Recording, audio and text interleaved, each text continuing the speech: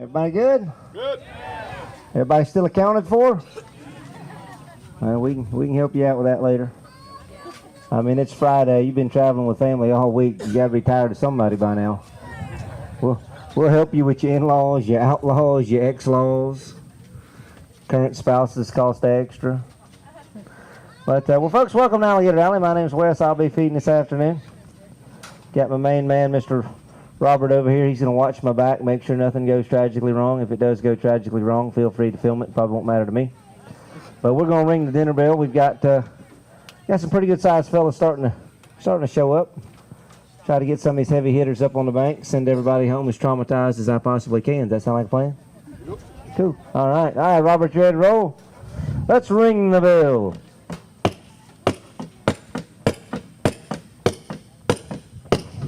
That's a very high-tech alligator call. Never do that.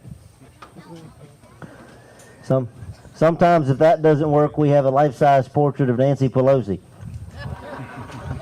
Hey, you got to be careful. That brought all 230 alligators running.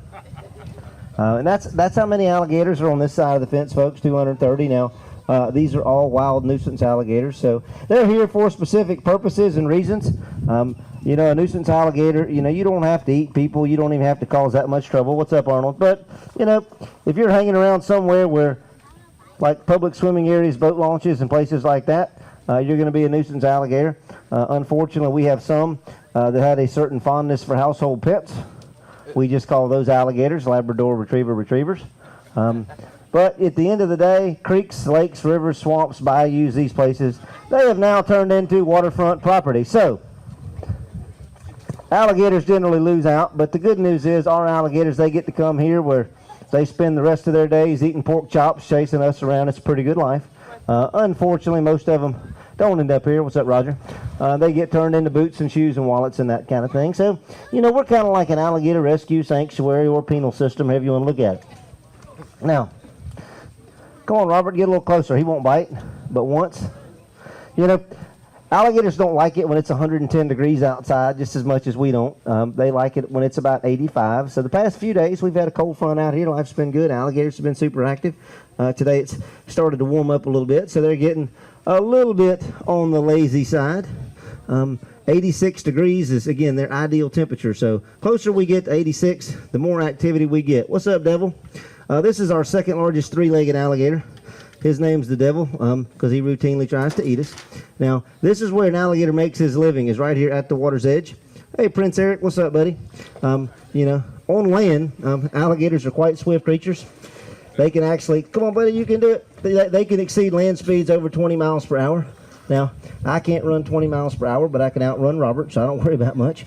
But, you know, this is where these animals truly make a living, is right here at the water's edge. You know, he would use that tail to propel himself out of the water.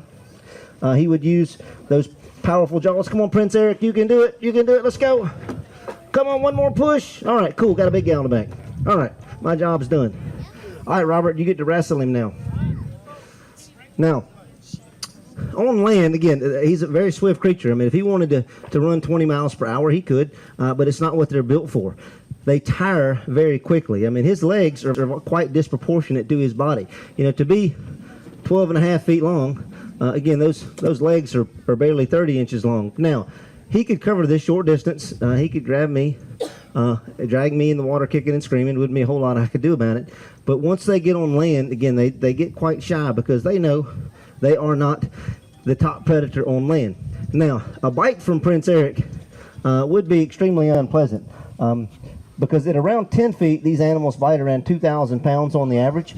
Prince Eric, again, he's in that upper 12 range, so he would probably bite somewhere around 27 to 2,800 pounds of force. Now, That's force versus pressure, and the difference is 2,000 pounds of pressure, or PSI, is not that much. I mean, that's like taking a pen, you sign your name to a piece of paper, the tip of that pen.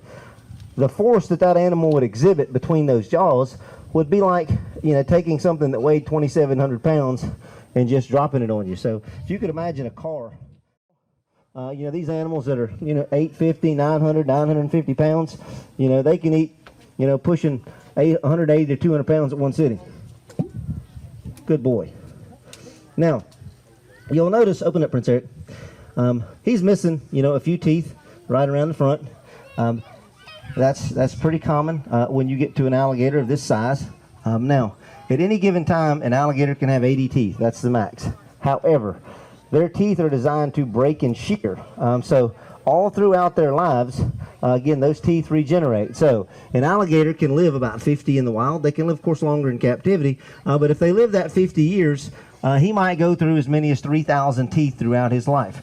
Now, it gets to a certain point, though, where age and, other injuries, they say, you've already spent up all of your cards as far as getting teeth. So Prince Eric may grow a few more. He might not. You open it wide, buddy. Open up. Good boy. One more. And down the hatch. Now he's going to swallow those ribs whole, which, again, that's not that big of a meal for this alligator. Inside of his stomach, he produces a little compound called hydrochloric acid. Now, it will actually digest bones. It will digest teeth. There's nothing on an animal's carcass that these animals can't digest. And when you consider that the vast majority in the wild of what they eat are turtles, we're talking about 80% in some situations, they can digest turtle shells, no problems whatsoever. Tennis shoes pose a problem, but that's a very, very long story. Oh, cool. We got one of my blind alligators that's shown up today. Got my man Hank over here. Come on, Hank. Hank is just following his nose and his ears. Arnold, get out of Hank's way. Let Hank up here. It's pretty common, for alligators to have injuries. Particularly to the eyes. We have several alligators missing things like legs and feet, part of their tails. First of all, their blood clots really fast. So if an alligator loses a leg, they quit bleeding in about a minute or so. Secondly, their immune system is far superior to really anything modern antibiotics has created. So they don't deal with infections like we do. They don't have massive blood loss. So seeing one of these animals missing something, pretty common. Come here, Prince Eric. Get over here. Go get Robert. Fetch. See, he's just like a big mean dog. Hey, buddy. Open it wide. Good boy. Again, that pop that you heard, that's that, massive bite force. Get back over here. And he can only hold that for 20 minutes, by the way. After that, he'll get tired, so you can continue your swim. All right, come on, buddy. Heel. All right, let's see if we can get one of these larger fellas up, maybe over here on the end. Now, I do not have a single female showing up on the bank today. Now, ladies, that is not that big of a deal. This time of year, you are busy tending a nest. Come on, Henry, you can do it. Females pretty much do everything as far as they construct the nest. Come on, Henry, let's go. They tend the nest to make sure that nothing tampers with it. Come on, Henry, let's go. Once the babies are here, again, those females do all the protection. Male alligators really don't do anything whatsoever. They're kind of deadbeats at the end of the day because these females will protect, again, those nests and those hatchlings from everything. All these large males do is they try to eat as many as they can. So again, female alligators are quite fierce. Males, all they're doing is just waiting on an easy meal. Open it wide, Henry. Good boy. All right. There you are, Hank. Come on out, buddy. See, if an alligator chases you folks, give them a rack of ribs. They'll leave you alone every time. Again, this is Hank. Hank is one of our blind alligators. Again, he, all he's doing is following the sound of my voice. They do have a keen sense of smell. I hope I don't smell. Let me know.